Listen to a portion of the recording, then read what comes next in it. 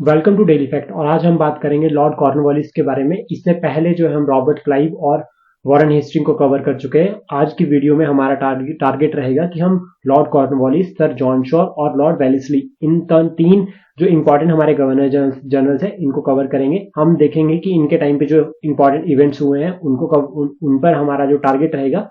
Plus साथ में हमारी ये कोशिश रहेगी कि प्री पॉइंट ऑफ व्यू से जो हमारे वन डे एग्जाम्स हैं, जैसे कि अलाइड सर्विसेज, पुलिस, पटवारी या टीजीटी हो गया, इन सभी के लिए जहां पर जो है वो फैक्चुअल जो क्वेश्चन है वो ज्यादा आते हैं, हमारा फोकस रहेगा कि उन्हें टारगेट करें। प्लस सीक्वेंस वाइज और साथ में किस गवर्नर जनरल के टाइम पे कौन सा इवेंट हुआ है, या इस तरह से जो है वो एग्जाम में क्वेश्चन आते हैं। और हमारा टारगेट रहेगा कि पूरा 1947 तक जो है वो हम सारे के सारे गवर्नर जनरल्स को कवर करें। शुरुआत करते हैं लॉर्ड कॉर्नवालिस के साथ, इनका जो टेन्योर है वो आपका 1785 से लेकर 1793 यानी कि 1785 से लेकर 1793 तक जो है इनका टर्म है।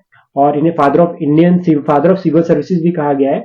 इंपॉर्टेंट इवेंट्स में अगर हम बात करें तो थर्ड एंग्लो मैसूर वॉर, इससे पहले दो एंग्लो मैसूर वॉर थी। जो फर्स्ट थी वो 1767 से 69, ठीक है। उसके बाद जो सेकंड जो थी वो थी 1780 से लेकर 1784, जिसमें जो है वो 82 में जो है वो 1782 में जो अगर हम बात करें तो डेथ ऑफ हैदर अली है, उसके बाद टीपू सुल्तान लीड करता है। और थर्ड जो है ये बैटल है यहाँ पर 1719 से लेकर 1792, जिसका जो रिजल्ट है वो ट्रीटी ऑफ श्रीरंगपट्टनम है। और ये जो साइन हुई है ट्रीटी, ये टीपू सुल्तान, और एक तरफ टीपू सुल्तान थे और दूसरी तरफ लॉर्ड कॉर्नवालिस, ये बहुत इंपॉर्टेंट है। और लॉर्ड कॉर्नवालिस ने इस इवेंट को खुद लीड किया है।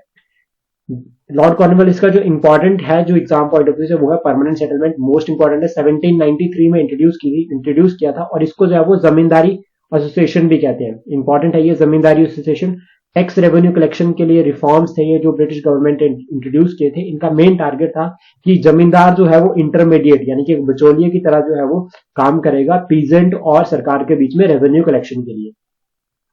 उसके बाद कॉर्नवालिस कोड, यानी कि आपका एडमिनिस्ट्रेशन में किस तरह से वर्क होगा, किस तरह से सरकार, किस तरह से ब्यूरोक्रेट्स काम करेंगे, वो सब जो आपका कॉर्नवालिस ने जो इंट्रोड्यूस किए थे लॉज वगैरह, उन सबको हम कॉर्नवालिस कोड कहते हैं। जुडिशियल रिफॉर्म्स इन्होंने किए हैं, जुडिशरी को पूरा का पूरा चेंज किया इन्होंने। और अगर हम इनके एडमिनिस्ट्रेटिव रिफॉर्म्स की बात करें तो सबसे पहले जो पुलिस सिस्टम था उसमें रिफॉर्म्स किए, और जो दरोगा सिस्टम था उसको इंप्लीमेंट किया इन्होंने। कोशिश करी कि दरोगा सिस्टम में रिफॉर्म्स किया जाए, जिसमें जो है कि पुलिस एडमिनिस्ट्रेशन को जो है वो थोड़ा सा ट्रांसपेरेंट और स्ट्रांग बनाने की कोशिश की। साथ में जो है वो सैलरी फिक्स की।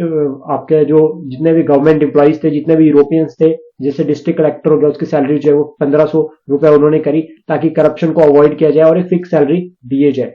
यूरोपियनाइजेशन की है सर्विसेज की, मतलब आपका जिला अधिकारी जो है वो क्या होगा, वो एक यूरोपियन होगा। तो इससे एक है यूरोपियनाइजेशन ऑफ इंडियन सर्विसेज।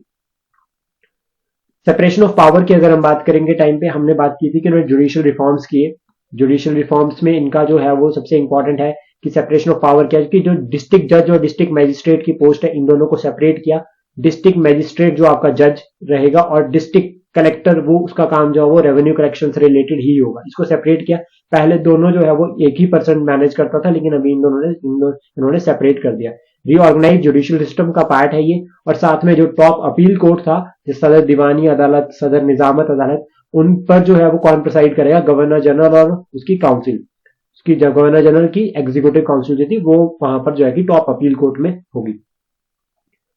इसके बाद हम बात करेंगे सर जॉन शॉ की। सर जॉन शॉ का जो टर्म है वो 5 ईयर का रहा है, 1793 से लेकर 1798। मोस्ट इंपॉर्टेंट पर्सनैलिटी है, फर्स्ट सिविल सर्वेंट थे जो गवर्नर जनरल बने थे, गवर्नर जनरल ऑफ बंगाल।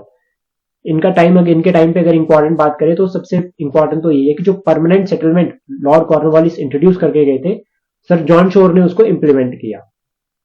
इनके टाइम पे इंपॉर्टेंट इवेंट है बैटल ऑफ खरदा, ये निजाम और मराठास के बीच में हुई है, जिसका जो रिजल्ट है मराठा विक्ट्री है। और ये बैटल जो है आपकी 1795 में हो रखी है। मोस्ट इंपॉर्टेंट बैटल है, और ऐसे बीच बीच की जो बैटल्स है वहां से क्वेश्चंस जो है वो एग्जाम में आते हैं, तो ये ध्यान रखें, मोस्ट इंपॉर्टेंट। उसके बाद अगर हम बात करें मोस्ट इंपॉर्टेंट पर्सनालिटी, वो है लॉर्ड वेलेस्ली। इनके टाइम पे बहुत सारे इवेंट हो रखे हैं, और ऐसा कहा जाता है कि फॉर एग्जाम्पल मान लीजिए कि तीन जो है वो इंपॉर्टेंट प्रेसिडेंसी थी, बॉम्बे, बंगाल और मद्रास।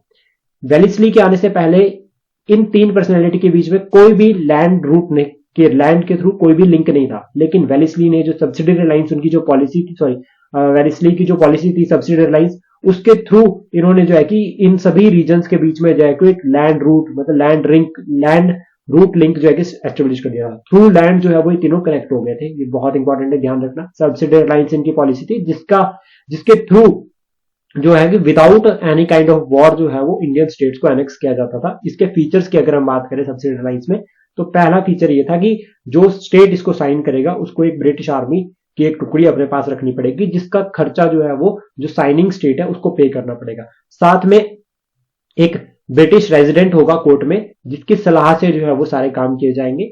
और साथ में जो है एक इंपॉर्टेंट ये भी कहा गया था कि फॉरेन अफेयर्स और कम्युनिकेशन और डिफेंस, ये तीन जो डिसीजंस है किसी साइनिंग स्टेट, वो बिना ब्रिटिश जो ऑफिशियल्स है उनकी मर्जी के बिना नहीं लेगी। प्लस साथ में आप जो हो क्या करेंगे इन रिटर्न, जो कंपनी की साइड से था वो ये था कि हम इंटरनल मैटर्स में जो है कि इंटरफेयर नहीं करेंगे। कंपनी ने कहा था कि अगर आप साइन कर रहे हो तो आपको इंटरनल मैटर्स में इंटरफेयर नहीं किया जाएगा आपके, लेकिन इसका रिजल्ट जो है वो उल्टा ही रहता है। और इनके टाइम पे अगर हम बात करें, नेक्स्ट इवेंट है वो है प्रेस सेंसरशिप एक्ट 1799। ये बहुत इंपॉर्टेंट है, मतलब प्रेस के ऊपर रिस्ट्रिक्शंस लगाई सबसे पहले वेलेस्ली ने, इंपॉर्टेंट है। फोर्ट विलियम बना है 1800 में और 1802 तक 1802 तक ही चला है।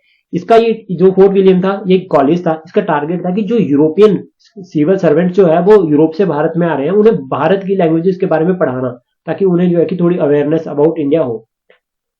एक इंपॉर्टेंट इवेंट इनके टाइम पे फोर्थ एंग्लो मैसूर वॉर है, जिसमें जो है कि 1799 में हो रखी है, और इसमें टीपू सुल्तान की डेथ होती है। ये बहुत इंपॉर्टेंट है, ध्यान रखना। उसके बाद 1802 में जो है वो ट्रीटी ऑफ बसीन जो इनके टाइम पे हो रखी है बिटवीन मराठास और आपका जो है ईस्ट इंडिया कंपनी, इन दोनों के बीच में। और इन्होंने कंट्रोल किया है, वेलेस्ली ने तंजौर को 1799 में, सूरत को कंट्रोल किया 1800 में, और कर्नाटक को 1800 में। तीन इंपॉर्टेंट है।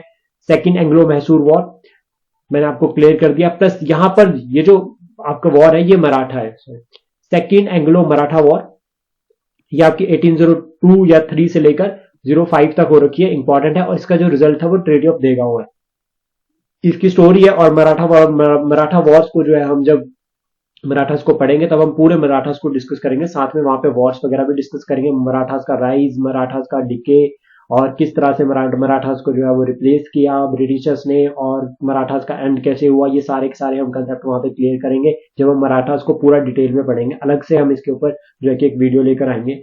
1803 में अगर हम बात करें एक इंपॉर्टेंट इवेंट की इनके टाइम पे, तो जो मुगल एम्परर उस टाइम पे अकबर सेकंड था, इसको जो है वो एज अ पेंशनर जो है वो कंपनी ने अपॉइंट रख लिया था, मतलब इनको जो है वो पेंशन दी, और साथ में कहा कि आप जो हो वो अब हम आपको डिफेंस प्रोवाइड करेंगे, आप सिर्फ और सिर्फ नाम के राजा हो, सारा जो हम टेक ओवर है वो कौन करेगा, कंपनी करेगी। अब एक इवेंट वो भी था जब जहांगीर के कोर्ट में कैप्टन हॉकिंग सबसे पहले 1609 में गए।